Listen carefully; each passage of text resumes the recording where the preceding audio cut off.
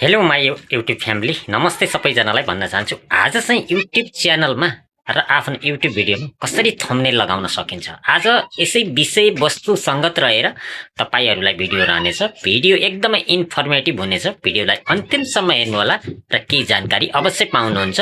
तपाईँहरूलाई मैले एकैछिन ब्याकग्राउन्ड स्क्रिनतिर लान्छु र तपाईँले हेर्न सक्नुहुन्छ युट्युब थम्बनेल कसरी लगाउने।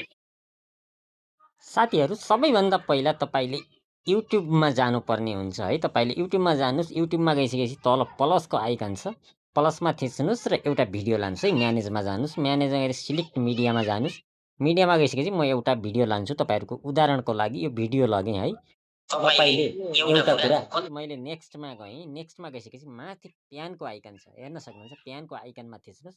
प्यानको आइकनबाट यसरी तपाईँ चाहिँ यसरी थम्बनेल लगाउन सक्नुहुन्छ। यसरी डन गर्नुभयो भने तपाईँको यहाँ भिडियोको अगाडि चाहिँ देख्न सकिने। अपलोड गर्नुभयो भने मजाले तपाईँको थम्बनेल लाग्नेछ है त। कतिजनालाई जानकारी भएको हुँदैन, एकदमै इजी छ, तपाईँहरूले पनि लगाउन सक्नुहुन्छ है त। भिडियो कस्तो लाग्यो, च्यानललाई सब्सक्राइब पनि गरिदिनु होला है त सबैजनाले। तपाईँहरूलाई धन्यवाद।